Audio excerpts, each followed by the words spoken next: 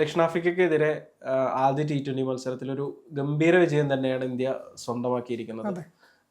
എല്ലാ അർത്ഥത്തിലും 2015 92 റണ്ണിന് ഇന്ത്യനെ all out ആക്കിയ ദക്ഷിണാഫ്രിക്കയ്ക്കെതിരെയുള്ള ഒരു പ്രതികാരം കൃത്യമായിട്ട് ആ ഒരു കണക്ക് ഇന്ത്യ ചോദിച്ചിരിക്കുകയാണ്.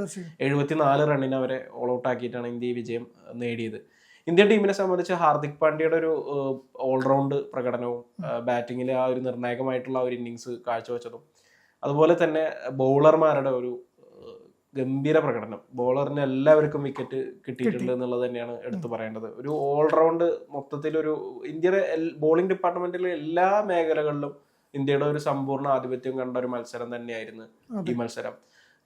ഫീൽഡിങ്ങിലേക്ക് വരികയാണെങ്കിൽ വിക്കറ്റ് കീപ്പിംഗ് റോൾ ജിതേഷ് മികച്ച പ്രകടനമാണ് കാഴ്ചവെച്ചത്. നമുക്കറിയാം സഞ്ജുവിനെ കളിപ്പിക്കാതെ ജിതേഷിനെ കളിപ്പിച്ചതിൽ നമുക്ക് എല്ലാവർക്കും നിരാശയുണ്ടെങ്കിൽ പോലും ജിതേഷ് വിക്കറ്റിന് പിന്നിലെ ഒരു പ്രകടനം മികച്ച പ്രകടനമായിരുന്നു. 4 ക്യാച്ചുകളാണ് ആകെ എടുത്തത്. അതിൽ 2 ക്യാച്ച് ഒരു കിടിലൻ ക്യാച്ച് തന്നെ ആയിരുന്നു എന്ന് പറയേണ്ടി വരും. 2-3 ക്യാച്ച് കിടിലൻ ക്യാച്ചുകൾ തന്നെ ആയിരുന്നു എന്ന് പറയേണ്ടി വരും.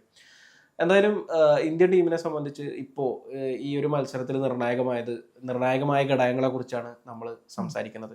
എന്തൊക്കെയാണ് ആ ഒരു ഘടകങ്ങൾ? അതിപ്പോൾ പറഞ്ഞാൽ തന്നെ ഇന്ത്യയുടെ ബാറ്റിങ്ങിലേക്ക് വരുമ്പോൾ നമുക്ക് ഒരു മികച്ച തുടക്കം എന്ന് വേണ്ടി പറയാൻ വേണ്ടി പറ്റില്ല. ടോപ്പ് ഓർഡറിൽ വീണ്ടും ഒരു പരാജയം നമുക്ക് കാണേണ്ടി വന്നിരുന്നു. അത് സൂര്യകുമാർ യാദവും ഗില്ലും അങ്ങനെ തന്നെ പറയേണ്ടി വരും.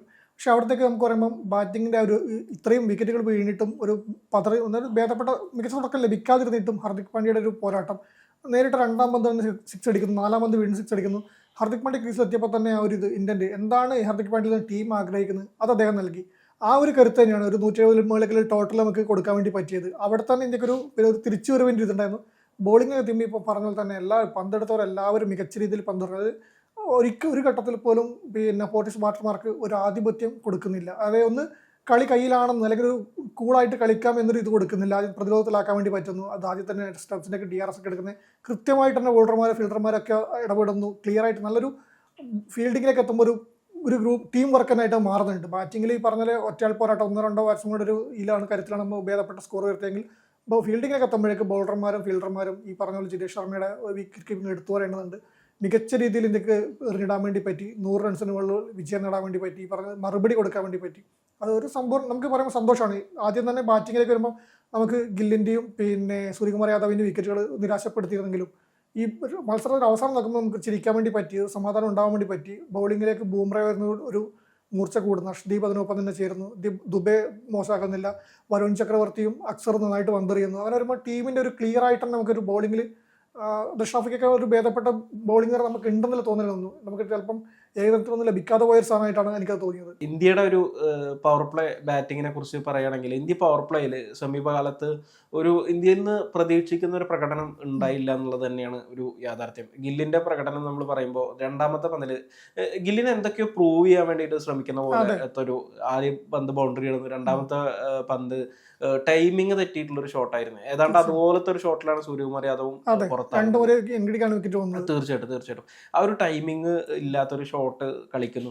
എനിക്ക് അതിൽ ഏറ്റവും ഗില്ലിന്റെ വിക്കറ്റ് നഷ്ടമായി എന്നതിനുപരി ഏറ്റവും കൂടുതൽ എനിക്ക് വിഷമം തോന്നിയിട്ടുള്ള ഒരു കാര്യം എന്താണെന്ന് വെച്ച് കഴിഞ്ഞാൽ അഭിഷേകിന് പവർ പ്ലേയിൽ ആവശ്യത്തിന് പന്തുകൾ ലഭിച്ചില്ല എന്നുള്ളത് തന്നെയാണ്. കാരണം 3.3 ഓവറിലെത്തിയ സമയത്ത് അഭിഷേക് ആകെ കളിച്ചിട്ടുള്ളത് 3-4 പന്തുകളാണ് കളിച്ചിട്ടുള്ളത്. അപ്പോൾ അതുപോലെ തന്നെയാണ് പവർ പ്ലേ അവസാനിക്കുമ്പോഴും ഒരുപാട് പന്തുകളൊന്നും അഭിഷേക് കളിച്ചിട്ടില്ല എന്നുള്ളത് എടുത്തു പറയണം. കാരണം ഇന്ത്യയുടെ ഒരു സമീപകാലത്ത് ഇന്ത്യയുടെ ഒരു ബാറ്റിംഗ് ടോപ്പ് ഓർഡറിന്റെ ഒരു മെയിൻ ഒരു ഇത് എന്ന് പറയുമ്പോൾ അഭിഷേക് കൂടുതൽ പന്തുകൾ കളിക്കുക എന്നുള്ളതാണ്. ഒരു ചില സമയത്തൊക്കെ 20-ലധികം പന്തുകൾ പവർ പ്ലേയിൽ ഉള്ള 36 പന്തുകളിൽ 20-ലധികം പന്തുകൾ അല്ലെങ്കിൽ 25-ലധികം പന്തുകൾ കളിച്ചിട്ടുണ്ടാവും അഭിഷേകാണ്. ആ സമയത്ത് ഇന്ത്യക്ക് ഒരു ടോപ്പ് ഒരു വലിയൊരു സ്കോർ ഉണ്ടാകുകയും ചെയ്യും. പക്ഷെ അത് ഇവിടെ സംഭവിച്ചില്ല എന്നുള്ളത് തന്നെയാണ് എടുത്ത് പറയേണ്ട ഒരു കാര്യം. ഇതിൽ ഈ പറഞ്ഞാൽ തന്നെ വരുമ്പം ഈ പുറത്തായത് പറഞ്ഞില്ല, ഗില്ല് ബൗണ്ടറി കടന്നു പുറത്താവുന്നു, സൂര്യകുമാർ ഒരു ബൗണ്ടറി 6 വരുമ്പോഴേക്കും ആ രീതിയിൽ തന്നെ ഒരു ടൈം കയറ്റിയൊരു ഷോട്ട് തന്നെ പറയേണ്ടി വരും. അതിലേക്ക് പോകണം. പക്ഷേ നമ്മൾ അവിടത്തൊക്കെ പ്രതീക്ഷിക്കുന്നത് അഭിഷേകിനെ പോലെ ഒരു പിന്നിലാണ്. അവിടെയാണ് സഞ്ജുവിനെ പോലെ ഒരു ഓപ്പണറെ കാണുന്നത്. ഈ പറഞ്ഞ അഭിഷേകിനൊപ്പം സഞ്ജു ആണ് ഓപ്പണിംഗ് വന്നിരുന്നത്. നമുക്ക് ഒരു ഭേദപ്പെട്ട സ്കോറിലേക്ക് പോകാൻ വേണ്ടി പറ്റും. 2 പേരും നമ്മൾ സ്ട്രൈക്ക് റൊട്ടേറ്റ് ചെയ്തിട്ടാണെങ്കിലും സഞ്ജു കൃത്യമായി പന്ത് സ്ട്രൈക്ക് റൊട്ടേറ്റ് ചെയ്യാൻ ശ്രമിക്കാറുണ്ട്, അഭിഷേകിന് കൊടുക്കാൻ ശ്രമിക്കാറുണ്ട്, 2 പേരും റൺസ് ഉയർത്താറുണ്ട്. ഇവിടെ അത് ഉണ്ടാവുന്നില്ല. ഗില്ലി പറഞ്ഞ പോലെ തന്നെ ഗില്ലിനൊരു സമ്മർദ്ദം കൂടുതലാണെന്ന് തോന്നുന്നു. സഞ്ജുവിനെ പുറത്തിരുത്തുന്നു. സഞ്ജു ടീമിലുണ്ടെങ്കിൽ ആ പ്രശ്നം ഉണ്ടാവില്ല. സഞ്ജുവിനെ പുറത്തിരുത്തുമ്പോൾ താൻ കാരണം പുറത്തിരുത്തണം, തനിക്ക് പ്രൂവ് ചെയ്യണം. പറഞ്ഞാൽ തന്നെയാണ് പ്രൂവ് ചെയ്യാൻ വേണ്ടിയിട്ട് കൂറ്റിനടികളിൽ T20ക്ക് പറ്റിയ ചേർന്ന ബാറ്റ്സ്മാൻ അല്ല എന്ന വിമർശനങ്ങൾ തള്ളണം. അപ്പോൾ അതിനുവേണ്ടി റൺ ഉയർത്താൻ വേണ്ടി പവർ പ്ലെയർ റൺ ഉയർത്താൻ വേണ്ടി ശ്രമിക്കുന്നു. ആദ്യത്തെ ബൗണ്ടറി നമുക്ക് കണ്ടുകയാണ്, മികച്ച രീതിയിൽ തന്നെ പറയാൻ വേണ്ടി പറ്റും. പക്ഷേ രണ്ടാമതിലേക്ക് പോകുമ്പോൾ വീണ്ടും അതിന് ശ്രമിക്കുന്നു, പുറത്താവുന്നു.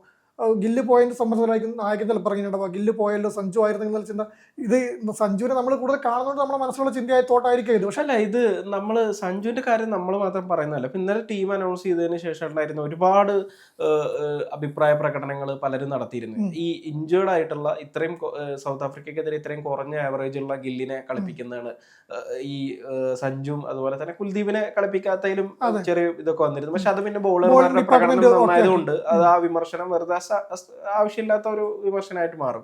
പക്ഷെ സഞ്ജുവിന്റെ കാര്യത്തിൽ ഈ പറയുമ്പോൾ ഗില്ലിനെ സംബന്ധിച്ച് ഗില്ലിന് ഇത് ലഭിക്കുന്നത് ഇതൊരു പ്രൊട്ടക്ഷൻ സർട്ടിഫിക്കറ്റ് ആണ്, അല്ലാതെ ഇത് പ്ലേയിങ് ലെവലിലെ സ്ഥാനം അല്ല എന്നുള്ളതാണ് വളരെ സ്ഥാനം ഇപ്പം നീതി പുലർത്തുന്നുണ്ടോ വെച്ചാൽ ഇല്ലാന്ന് പറഞ്ഞിട്ട് രണ്ടുപേരും. അതെ, അതുപോലെ തന്നെയാണ് ഇന്ത്യ ടീം അനൗൺസ് ചെയ്യുമ്പോൾ തേർഡ് പൊസിഷൻ 3-ാം നമ്പറിൽ അനൗൺസ് ചെയ്തത് തിലകിനെയാണ്. 3-ാം നമ്പറിൽ ഇത് ചെയ്തത് തിലകിനാണ്. പക്ഷെ പിന്നെ അത് സൂര്യകുമാർ പെട്ടെന്ന് വിക്കറ്റ് നഷ്ടമാകുന്നു, സൂര്യകുമാർ യാദവ് വരുന്നു, തിലക് വരുന്നു. തിലക് ഒരു ആങ്കർ റോളിൽ ഒരു തകർച്ചയിൽ നിന്ന് ഇന്ത്യനെ കരകയറ്റാൻ എന്നുള്ളത് തന്നെയാണ്. T20ക്ക് ഇപ്പൊ നമുക്ക് സ്കോർ കാർഡ് നോക്കുമ്പോൾ T20 കയറുന്ന രീതി അല്ല എന്ന് പറയേണ്ടി വരും. പക്ഷേ അക്സറിനെയും അതുപോലെ തന്നെ കാണുന്നുണ്ട്. രണ്ടുപേരും കളിച്ചത് ഒരു പിന്നെ ഈ ഹാർദിക്കിൽ നിന്ന് കളിക്കാനുള്ള അവസരം ലഭിക്കുന്നത് തന്നെ നോൺ സ്ട്രൈക്ക് താരങ്ങൾ ഉള്ളപ്പോഴാണ്. കാരണം ഈ പറഞ്ഞ പോലെ നമ്മൾ സ്കോർ കാർഡ് നോക്കുമ്പോൾ ഇവരെന്താ കളിച്ചത്, എന്താണ് ഇവരിങ്ങനെ കളിച്ചതെന്ന് ചോദിക്കാം. പക്ഷെ ടോപ്പ് ഓർഡറിൽ ഇങ്ങനെ ഒരു കൊളാപ്സ് വരുമ്പോൾ സ്വാഭാവികമായിട്ടും മിഡിൽ ഓർഡറിൽ ഒരു ചെറിയ രീതിയിൽ ഒരു വരും ആ ഒരു. പക്ഷെ ഞാൻ അതിലെടുത്ത് പറയേണ്ടത് ഹാർദിക് പാണ്ഡ്യയുടെ ഒരു കോൺഫിഡൻസ് ആണ്. വന്ന് രണ്ടാമത്തെ പന്തിൽ തന്നെ സിക്സ് അടിക്കുന്നുണ്ട് ഹാർദിക് പാണ്ഡ്യ. 4-ാം പന്തിൽ വീണ്ടും സിക്സ് വരുന്നുണ്ട്. അപ്പൊ ആ ഒരു കളീനെ മറ്റേ എന്താ പറയാ, അതെ, അത് ടോപ്പ് ഗിയറിലാക്കിയത്, ഇന്ത്യയുടെ ഇന്നിങ്സിനെ ടോപ്പ് ഗിയറിലാക്കിയത് ഹാർദിക് പാണ്ഡ്യ ഒരു ഇന്നിങ്സ് ആണ്. ഹാർദിക് പാണ്ഡ്യ ഇല്ലായിരുന്നെങ്കിൽ ഇന്ത്യ ഇതിലും കുറഞ്ഞൊരു വളരെയധികം നിരാശപ്പെടുത്തുന്ന ഒരു പ്രകടനം. ഇന്നലെ ഇപ്പം നോക്കുമ്പോൾ ദക്ഷിണാഫ്രിക്കയ്ക്കും ഇന്ത്യക്കും തമ്മിലുള്ള വ്യത്യാസം ഇന്ത്യക്ക് ഹാർദിക് പാണ്ഡ്യ ഉണ്ടായിരുന്നു എന്ന് തന്നെയാണ്. ഇല്ലെങ്കിൽ സമാനമായ ബാറ്റിംഗ് തകർച്ചയായിരിക്കും ചിലപ്പോൾ ഇന്ത്യ നേരിടാൻ വേണ്ടി പോകുന്നത്. ഇന്ത്യയുടെ ബോളർമാരുടെ കാര്യം എടുത്ത് പറയുകയാണെങ്കിലും ആ രീതിയിൽ ഇപ്പൊ ഈ ഹാർദിക്കിന്റെ കാര്യം തന്നെ ഡേവിഡ് മില്ലറുടെ നിർണായകമായിട്ടുള്ള ഒരു വിക്കറ്റാണ് ഹാർദിക് വീഴ്ത്തുന്നത് എന്നുള്ളതാണ്. അപ്പൊ അങ്ങനെ നോക്കുമ്പോൾ ഇന്ത്യൻ ടീമിനെ സംബന്ധിച്ച് നിങ്ങൾ ഇപ്പൊ പറഞ്ഞ പോലെ എന്തായിരുന്നു രണ്ട് ടീമുകളുടെ തമ്മിലുള്ള മാറ്റം എന്ന് ചോദിച്ചു കഴിഞ്ഞാൽ അത് ഹാർദിക് പാണ്ഡ്യ തന്നെയാണ്. ഹാർദിക് പാണ്ഡ്യ ഇല്ലായിരുന്നെങ്കിൽ ഇന്നലെ വലിയൊരു നാണക്കേടിലേക്ക് പോകുമെന്ന കാര്യത്തിൽ ഞാൻ ആദ്യം ഈ ബാറ്റിംഗിൽ വിക്കറ്റ് പോകുമ്പോൾ നമ്മൾ ഈ ടോപ്പ് ഓർഡർ വിക്കറ്റ് വീഴുമ്പോൾ കരുതി നമ്മൾ ദക്ഷിണാഫ്രിക്കയുടെ മോശം റെക്കോർഡ് ഈ ഗ്രൗണ്ടിൽ പറഞ്ഞിരുന്നല്ലോ, അത് ആവർത്തിക്കാൻ പോവുകയാണ്. അപ്പൊ ഞാൻ ആശ്വസിച്ചത് അങ്ങനെയാണ്, ഈ ഗ്രൗണ്ടിൽ നമുക്ക് വലിയ ഇതില്ലല്ലോ, പിന്നെ വീണ്ടും ഒരു തോൽവി പ്രശ്നമൊന്നും ഇല്ലാതെ ചെയ്താണ്. പക്ഷെ അവിടുത്തെ ഹാർദിക് പാണ്ഡ്യ വന്നപ്പോൾ കളി മാറുന്നു. പക്ഷെ ഞാൻ പിന്നെ എനിക്ക് സംശയം ഉണ്ടായിരുന്നു ഹാർദിക് കളിക്കുന്നത് കണ്ടപ്പോൾ ഹാർദിക്കിന് കളിക്കാൻ പറ്റുന്ന ഈ പിച്ചിൽ ചിലപ്പോൾ ദക്ഷിണാഫ്രിക്കയും കളിച്ചേക്കും, ഇന്ത്യയുടെ ടോപ്പ് ഓർഡറിന്റെ പ്രശ്നമായിരിക്കുന്നു കരുതി. പക്ഷെ അങ്ങനെയല്ല, ബോളർമാർ കൃത്യമായി നമുക്ക് ലോക്ക് ചെയ്ത് തന്നു, ക്ലിയർ ആയില്ല. അത് പിന്നെ ഇന്ത്യയുടെ ഈ സാഹചര്യങ്ങളിൽ കുറച്ചും കൂടിയും ഈ T20-ലൊക്കെ പ്രത്യേകിച്ചും വിദേശ അല്ലെങ്കിൽ ദക്ഷിണാഫ്രിക്കയുടെ ബോളർമാരെക്കാളും കൂടുതൽ ഇന്ത്യക്ക് കൃത്യമായിട്ട് കാര്യങ്ങൾ അറിയാം, സാഹചര്യങ്ങൾ വളരെ വ്യക്തമായിട്ട് അറിയാം. അതുപോലെ തന്നെയാണ് ഹാർദിക് ഈ ഡെത്ത് ഓവറുകളിലുള്ള ഒരു ഇന്ത്യയുടെ ഫിനിഷിംഗ് വളരെ നല്ലതായിരുന്നു. നല്ല രീതിയിൽ ഇന്ത്യക്ക് ഫിനിഷ് ചെയ്യാൻ പറ്റി. 175 എന്ന് പറയുന്ന താരതമ്യേന ഈ മൈതാനത്ത് ഒരു മികച്ച സ്കോറിലേക്ക് എത്താൻ പറ്റി എന്നുള്ളത് തന്നെയാണ് എടുത്തു പറയേണ്ട ഒരു കാര്യം. കാരണം ഇതിന് മുമ്പുള്ള മത്സരങ്ങളിലെല്ലാം നമ്മൾ കണ്ടിട്ടുള്ളത് ആ ഒരു രീതിയിലേക്ക്. ഇപ്പൊ ഇന്ത്യയുടെ എനിക്ക് തോന്നുന്നു 180 അടിച്ചിട്ടുണ്ട് ഇന്ത്യ ശ്രീലങ്കക്കെതിരെ. പക്ഷെ എന്നാൽ പോലും ആ ഒരു ശ്രേണി ആ മത്സരത്തിൽ ഇന്ത്യ ഒരു നല്ല വിജയം സ്വന്തമാക്കിയിട്ടുണ്ട്. ഏകദേശം ഇതേപോലെ തന്നെ ഒരു വിജയമാണ്. 100 താഴെയുള്ള റണ്ണിൽ ശ്രീലങ്കൻ ഓൾ ഔട്ട് ആക്കുന്ന ഒരു ഇതാണുള്ളത്. അതിൽ ഹർഷദീപിന്റെ ഇന്നലെ ഒരു ട്രോള് കണ്ടേ, ഹർഷദീപിനോട് കോഹ്ലി 100 റൺസിന്റെ കാര്യം പറയുന്നില്ല ഡ്യൂവിന്റെ. അപ്പൊ അതുകൊണ്ട് 100 റൺസിന് തന്നെ എന്തായാലും വിജയിക്കണം എന്ന് ഹർഷദീപ് മറ്റേ ചങ്ങാതിമാരെ കൊണ്ട് ഇറങ്ങിയ ബോളിങ്ങിന് ഇറങ്ങി, അത് നേടാൻ വേണ്ടി പറ്റിയിട്ടുള്ള സാധനങ്ങളുണ്ട്. തീർച്ചയായിട്ടും ബുംറയുടെ ഒക്കെ ഒരു ബോളിങ്ങും അക്സർ എല്ലാവരും, അരുൺ ചക്രവർത്തി, ഒരു കോമ്പിനേഷൻ ബോളിംഗ് സൂര്യകുമാർ യാദവിന് കൃത്യമായി ഉപയോഗിക്കാൻ പറ്റി. സൂര്യകുമാർ യാദവിന്റെ ഇത് പറയുമ്പോൾ നമ്മൾ ഞാൻ നേരത്തെ പറഞ്ഞു ക്യാപ്റ്റനും വൈസ് ക്യാപ്റ്റനും പിന്നെ സംശയത്തിന്റെ ഇതിലാണെന്ന്. അത് നമ്മൾ കഴിഞ്ഞ കുറേ കാലമായിട്ട് പറയുന്നതാണ് ഗില്ലിന്റെയും പിന്നെ സൂര്യകുമാറിന്റെയും ഫോമിനെ കുറിച്ച്, ബാറ്റിംഗ് ഫോമിനെ കുറിച്ച്. പക്ഷേ അത് പറയുമ്പോഴും സൂര്യകുമാർ യാദവ് എന്ന ക്യാപ്റ്റൻ വിജയിക്കുന്നുണ്ട്. പലപ്പോഴും അദ്ദേഹത്തിന് കൃത്യമായ രീതിയിൽ ബോളിംഗ് ജഡ്ജുകളും മറ്റും വരുത്താൻ പറ്റുന്നുണ്ട്. ഫീൽഡിങ്ങിലേക്ക് മികച്ച രീതിയിൽ നമുക്ക് വേണ്ട ക്യാപ്റ്റനായിട്ട് മാറാൻ അദ്ദേഹത്തിന് പറ്റുന്നുണ്ട്. ബാറ്റിംഗിൽ ഇപ്പം അദ്ദേഹം മൊത്തം പരാജയമായിരുന്നു എന്നല്ല ഞാൻ പറയുന്നത്. പക്ഷേ നമ്മൾ നോക്കിയാൽ 1-2 ഇന്നിങ്സ് മാത്രമേ ഭേദപ്പെട്ട പ്രകടനം എടുത്തു പറയാൻ വേണ്ടി പറ്റൂ. ഗില്ലിന്റെ കേസിലും അങ്ങനെ തന്നെയാണ്. പക്ഷേ ഈ ക്യാപ്റ്റൻസിയിലേക്ക് വരുമ്പം അത് ചെയ്യാൻ വേണ്ടി സൂര്യകുമാർ യാദവിന് പറ്റുന്നുണ്ട്. പക്ഷെ അതിനുവേണ്ടി മാത്രം 2 താരങ്ങളെ ഇങ്ങനെ കൊണ്ടുപോകണ ലോകകപ്പ് ഒരു സംശയമുണ്ട്. കാരണം പുറത്ത് നിൽക്കുന്നത് തെളിയിച്ച താരങ്ങളാണ്, അവസരങ്ങൾ ലഭിച്ച് തെളിയിച്ച താരങ്ങൾ പുറത്ത് നിൽക്കുന്നുണ്ട്. ഇപ്പോഴും വീണ്ടും വയ്ക്കുമ്പോൾ പരിക്കുമാറിയെത്ത ഗില്ലിന്റെ ഇത് സഞ്ജുവിന് ഇപ്പോൾ അടുത്ത മാസത്തിൽ വലിയ മാറ്റമാണെന്ന് എനിക്ക് തോന്നുന്നില്ല. പക്ഷേ സഞ്ജുവിന് അവസരം കൊടുത്താൽ എന്തായാലും ചോദ്യം ഈ ബാറ്റിംഗിന്റെ ടോപ്പ് ഓർഡറിന്റെ പെർഫോമൻസ് ആണെന്ന് വരുന്നുണ്ട്. തീർച്ചയായിട്ടും ഇന്ത്യൻ ടീമിനെ സംബന്ധിച്ച് ഈ ഒരു മത്സരത്തിൽ ഇന്ത്യയെ വിജയത്തിലേക്ക് നയിച്ച ഘടകങ്ങൾ എന്തൊക്കെയാണെന്ന് വളരെ വ്യക്തമായിട്ട് ചോദിച്ചു കഴിഞ്ഞാൽ അതിൽ ഹാർദിക്കിന്റെ ഓൾറൗണ്ട് പ്രകടനം തന്നെയാണ്. അതുപോലെ തന്നെ വളരെ ഡിസിപ്ലിൻഡ് ആയിട്ടുള്ള ഇന്ത്യൻ ടീമിന്റെ ഒരു ബൗളിംഗ്, അതുപോലെ തന്നെ ഫീൽഡിങ്ങിൽ പിഴവുകൾ വരുത്തുന്നില്ല. ക്യാപ്റ്റൻസിയുടെ കാര്യത്തിൽ പറയുകയാണെങ്കിൽ തീരുമാനങ്ങൾ എടുക്കുന്നതിലൊന്നും ഒട്ടും വൈകാതെ വളരെ സജീവമായിട്ടൊരു ക്യാപ്റ്റൻസി, കൃത്യമായിട്ട് ബൗളർമാരെ ഉപയോഗപ്പെടുത്തുന്നു. എല്ലാവരും ഒരു ടീമിലെ എല്ലാ ബൗളർമാരും വിക്കറ്റ് എടുക്കുക എന്ന് പറയുമ്പോൾ, ഈവൻ 3 പന്തറിഞ്ഞ ശിവൻ ദുബെ വരെ വിക്കറ്റ് എടുക്കും എന്ന് പറയുമ്പോൾ അത് ക്യാപ്റ്റൻസിയുടെ ഒരു കൃത്യമായിട്ട് ബോളർമാരെ ഉപയോഗപ്പെടുത്തിയതിന്റെയും ഒക്കെ ഒരു റിസൾട്ട് തന്നെയാണ്. അതുപോലെ തന്നെയാണ് DRSൽ 2 തീരുമാനങ്ങൾ വളരെ എനിക്ക് തോന്നുന്ന ബാറ്റർ പോലും ബാറ്റിൽ ഇല്ല, എൽബോ ആണ് എന്ന് പറഞ്ഞിട്ട് നിൽക്കുന്ന ഒരു സാഹചര്യത്തിൽ ഒരു DRS കൊടുക്കും. അഭിഷേകിന്റെ ഇടപെടലും നിർണായകമായി എനിക്ക് തോന്നുന്നുണ്ട്. അതെ അതെ, ആ ഒരു സമയത്ത് ജിതേഷ് എടുത്ത 2 ക്യാച്ചുകളും എടുത്തു പറയേണ്ടതാണ്. ജിതേഷിന്റെ 5 ബോളിൽ 10 റൺ എടുത്ത ഒരു പ്രകടനം, ഒരു 6 അവസാനം വന്ന് അടിച്ചത്, ആ ജിതേഷിന്റെ നമുക്കറിയാം, ജിതേഷിനെ കുറിച്ചിട്ട് അത് ആർക്കും സംശയമില്ലാത്ത കാര്യമാണ്. ആദ്യം വിക്കറ്റിന് പിന്നിലും ഈ പറഞ്ഞ പോലെ തന്നെ ഒരു സംശയമില്ലാത്ത തെളിയിച്ചതാണ്. ഈ നമ്മളെപ്പോഴും സഞ്ജുവിനെ സപ്പോർട്ട് ചെയ്യുമ്പോൾ എല്ലാവരും പറയാറുണ്ട് ജിതേഷ് മറ്റു താരങ്ങളെ കുറിച്ച്. നമുക്ക് ഒരിക്കലും ജിതേഷ് എന്ന താരത്തെ നമുക്ക് താല്പര്യമില്ലാത്തതല്ല. ജിതേഷ് എന്ന താരത്തിന് T20 ടീമിൽ കളിക്കാൻ സ്ക്വാഡിലേക്ക് അർഹതയില്ലാത്ത ഒരു താരമല്ല, അങ്ങനെ ഒരിക്കലും നമ്മൾ പറഞ്ഞിട്ടില്ല. ഈ പറഞ്ഞ പോലെ അല്ല, ഈ ജിതേഷിന് 32 വയസ്സായി. ഇപ്പൊ സഞ്ജുവിന്റെ കാര്യത്തിൽ ഇവര് പറയുന്നത് എന്താണ്, സഞ്ജുവിന് പ്രായം, ചില ആളുകൾ പറയുന്നത് സഞ്ജുവിന് പ്രായമായി, ഭാവിയിലേക്കുള്ള ടീം ആകുമ്പോ ഗില്ലാണ് വരേണ്ടത്. അപ്പൊ പിന്നെ ജിതേഷ് സഞ്ജുവിനേക്കാളും പ്രായമുള്ള ആളാണ്. ഈ പറയുമ്പോൾ നമ്മളിപ്പം ജിതേഷ് ടീം കളിക്കേണ്ട സ്ഥാനം ഇതേപോലെ തന്നെ ജിതേഷ് സ്ഥാനം കിട്ടാത്ത ആള് തന്നെയാണ്. പക്ഷെ എല്ലാവർക്കും സ്ഥാനം കിട്ടില്ല. ഗില്ലിനടുത്ത് പുറത്തിടുക, സഞ്ജുവിനടുത്ത് ഓപ്പണിംഗിൽ കൊണ്ടുവരും. ടോപ്പ് ഓർഡറിൽ എവിടെ വേണമെങ്കിലും കൊണ്ടുവരാം. അപ്പോൾ സ്ട്രെങ്ത് ആയി. ടോപ്പ് ഓർഡർ ഒക്കെ മധ്യനിരയിൽ ജിതേഷ് ഉണ്ട്, വിക്കറ്റ് കീപ്പിംഗിൽ എല്ലാം ഉണ്ട്, ടീം സെറ്റ് ആവും. അവർ മാറ്റത്തിന് എന്താർക്ക് തടസ്സം എന്നറിയുന്നില്ല. അതിൽ ഈ പറഞ്ഞ പോലെ ലോബിങ് ആണോ എന്താണെന്ന് അറിയില്ല. പക്ഷെ വേണമെങ്കിൽ മാറ്റി വരുത്താൻ ടീം നന്നായി കളിക്കാൻ പറ്റും.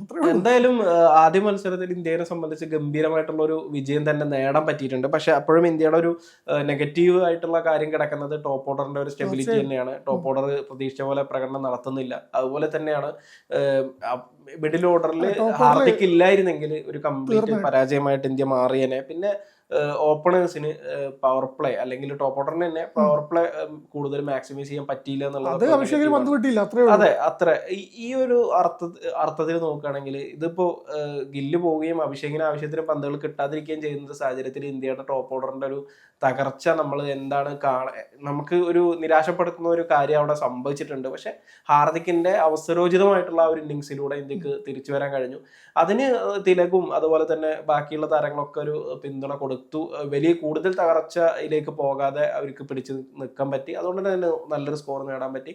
ആ സ്കോർ ഇന്ത്യക്ക് വളരെ അടിപൊളിയായിട്ട് തന്നെ ഡിഫെൻഡ് ചെയ്യാൻ പറ്റി. ദക്ഷിണാഫ്രിക്കയോട് നമ്മൾ അങ്ങനെ പകരം വീട്ടിയിരിക്കുകയാണ്. 2015 ആ ഒരു നാണം കെട്ട തോൽവി. അതെ, ഈ മൈതാനത്ത് ദക്ഷിണാഫ്രിക്കക്കെതിരെ ഇതിനു മുമ്പ് കളിച്ച 2 മത്സരങ്ങളിൽ ഇന്ത്യ പരാജയപ്പെട്ടിരുന്നു. ഈ മത്സരം വിജയിച്ചോട് കൂടിയിട്ട് ഇവിടെ ഒരു ദക്ഷിണാഫ്രിക്കക്കെതിരെ ആ ഒരു നാണക്കേടും ഇന്ത്യക്ക് തിരുത്താൻ കഴിഞ്ഞു എന്നത് തന്നെയാണ് എടുത്തു പറയേണ്ടത്. അതൊക്കെ വളരെ പോസിറ്റീവായിട്ടുള്ള കാര്യങ്ങളാണ്. ഇനി അടുത്ത മത്സരത്തിൽ എന്താണ് സംഭവിക്കുക എന്നുള്ളത് നമുക്ക് കണ്ടറിയാം.